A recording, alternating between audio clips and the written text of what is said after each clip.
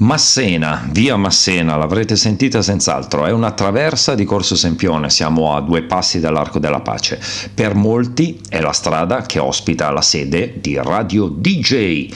Niente One Nation, One Station però, quella che vi racconto è la storia di Andrea.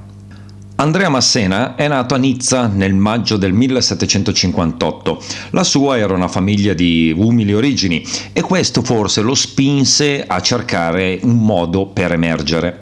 Inizia presto, a 13 anni, fa il mozzo su navi che attraversano l'oceano, è una scuola molto dura per un ragazzino di quell'età, ma che gli permise di capire come girava il mondo. Tornato in patria, si arruola in un'unità francese e le sue doti emergono subito. In poco tempo raggiunge il livello massimo consentito a chi non proveniva da una famiglia nobile, quella di aiutante. Aveva 26 anni.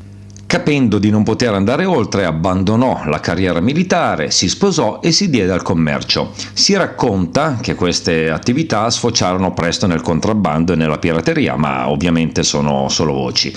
Ma quando ormai la divisa militare sembrava dimenticata, ecco la rivoluzione francese. Massena vide la possibilità di riprendere la sua carriera. I nobili erano stati esiliati e le discriminazioni di classe svanite.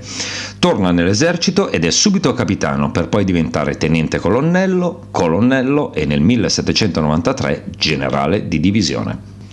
Sono tante, veramente tante le battaglie e le altrettante vittorie conseguite da Massena, tra le tante quella di Loano del 1795 con la conseguente occupazione di Savona.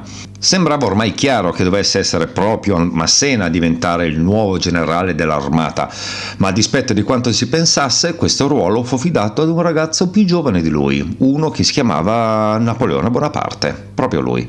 Una decisione questa che non piacque né a Massena né agli altri generali, che però ben presto si resero conto delle capacità e dell'incredibile energia del nuovo comandante e prontamente si misero al suo servizio.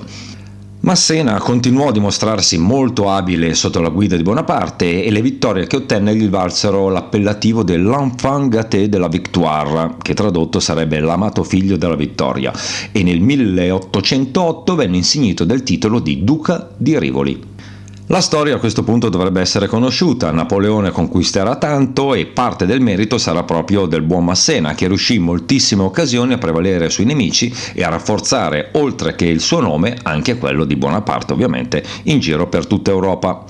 Dopo Waterloo, Massena fu obbligato a ricoprire il ruolo di presidente della corte, chiamata in causa per giudicare chi avesse seguito Napoleone nei famosi 100 giorni, ma arrivati al momento di presiedere la corte, Massena si dichiarò incompetente. Malato da tempo, morì nel mese di aprile del 1817 all'età di 59 anni. Ricordatelo quando guardate le finestre di Radio DJ.